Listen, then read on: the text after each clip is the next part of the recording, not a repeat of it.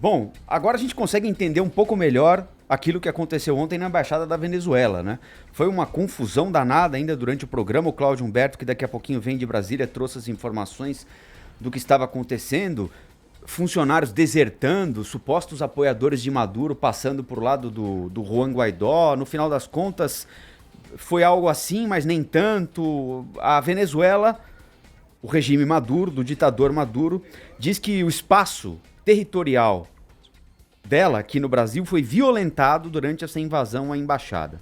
Ontem, um grupo de partidários do autoproclamado presidente Juan Guaidó, que é reconhecido como presidente legal da Venezuela pelo Brasil, não por todos os países da região, mas pelo Brasil, pelos Estados Unidos, por exemplo, funcionários do Guaidó ocuparam a representação diplomática por mais de 12 horas e só saíram de lá no fim da tarde com escolta da polícia militar. Alguns foram arrancados de lá, né?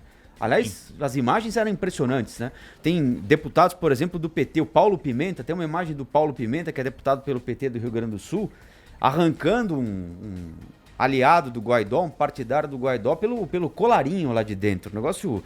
Porque o que aconteceu? Como essa invasão foi logo cedo, o pessoal começou a acionar os seus, né? Então aqueles mais próximos do Guaidó começaram a chamar a gente que podia ajudá-los a ocupar definitivamente a embaixada. E os próximos do Maduro começaram a chamar quem podia os ajudar a expulsar de lá os próximos do Guaidó. E aí virou pega pra capar mesmo, briga de torcida, bate-boca, empurra-empurra, confronto físico.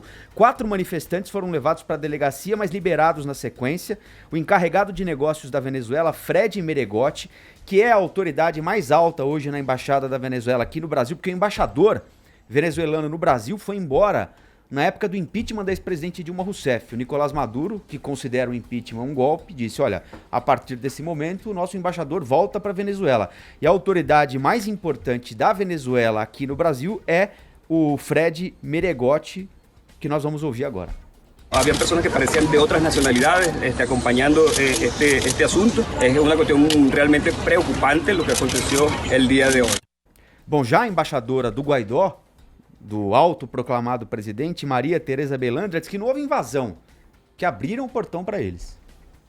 Funcionarios de la embajada reconocieron al presidente interino, al presidente legítimo de Venezuela, Juan Guaidó, y nos hicieron entrega de la residencia y de las oficinas de la embajada de Venezuela en Brasil.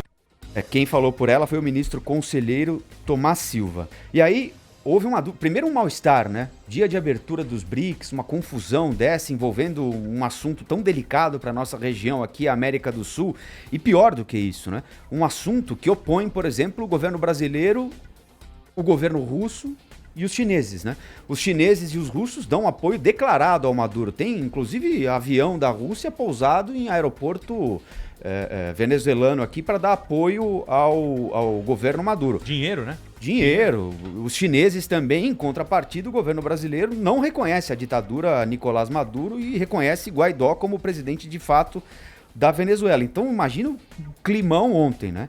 E quando surgiu a informação de que o governo brasileiro poderia de alguma forma ter facilitado, ou pelo menos ficou sabendo e não teria agido para evitar essa invasão, o Gabinete de Segurança Institucional logo tratou de emitir uma nota para dizer que não era nada disso, que o governo brasileiro não tinha informação e não apoiava invasão alguma, que ia trabalhar para que a normalidade fosse restabelecida. Mas aí o que acontece?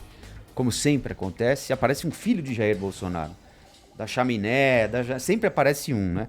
Para causar um problema. E o Eduardo Bolsonaro defendeu a invasão, dizendo que se o governo brasileiro reconhece o Guaidó, não faz sentido que a embaixada da Venezuela no Brasil seja representada pelo Maduro, correto?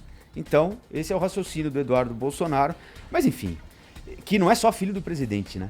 Ele é o presidente da Comissão de Relações Exteriores da Câmara dos Deputados, então tem esse peso também a palavra do Eduardo Bolsonaro.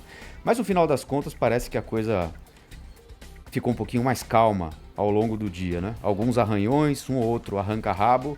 Agora, era um precedente perigoso, né? Porque você expõe os funcionários brasileiros em embaixadas aí pelo mundo a risco. E o governo brasileiro, ainda bem, eu acho que a nota do general Heleno foi rápida e bastante enfática para mostrar que, olha, nessa parada o Brasil não vai tomar lado, né? Porque essa é uma briga, embora diplomaticamente o Brasil tenha feito aquilo que se espera de um governo brasileiro, que é não reconhecer uma ditadura, embora o ideal fosse não reconhecer ditadura nenhuma, nem de direita, nem de esquerda, nem amiga, nem inimiga, mas o governo brasileiro fez o que se esperava. Olha, se é um governo assassino, há acusações de envolvimento com narcotráfico, não os reconhecemos. Agora, daí a se meter numa enrascada dessa como invasão de embaixada, um passo bem adiante. Né? Foi uma postura institucional importante do Brasil, né? Ao tomar, tanto é que os manifestantes deixaram o local lá, né? Os últimos 10 saíram ontem mesmo. E importante passar esse recado para o mundo, né? As embaixadas, elas têm prerrogativas em todo o planeta de imunidade, né? Você precisa... É território do país, né? Não é Tanto território é que nacional. se um crime for cometido dentro de uma embaixada, ele vai ser julgado naquele país, não no país onde está a embaixada fisicamente. É o terreno considerado do país. Né? E isso tem de ser garantido, né? Sim. Pelo bem da diplomacia, pelo bem da relação entre as nações. Então, foi importante a gente ver. Agora, a declaração do filho do presidente, acho que era o de se esperar, né? Eles conseguem tumultuar, até mesmo quando a coisa está indo pro lado pacífico, eles conseguem de alguma forma, pelo menos no discurso. Olha, sobre o interesse da China e da Rússia pela Venezuela, eles não têm de bonzinho, eles não têm nada, né? Até porque a economia venezuelana vai cair mais de 25% esse ano. As pessoas estão morrendo de fome diariamente na Venezuela. A inflação acumulada lá já passa de 50 mil. Eu acho que já perdeu qualquer referência racional, matemática, econômica para medir o que acontece na Venezuela. E a Rússia manda dinheiro para garantir que os militares continuem apoiando e garantindo o governo de Maduro. Não tem ninguém cuidando de venezuelano.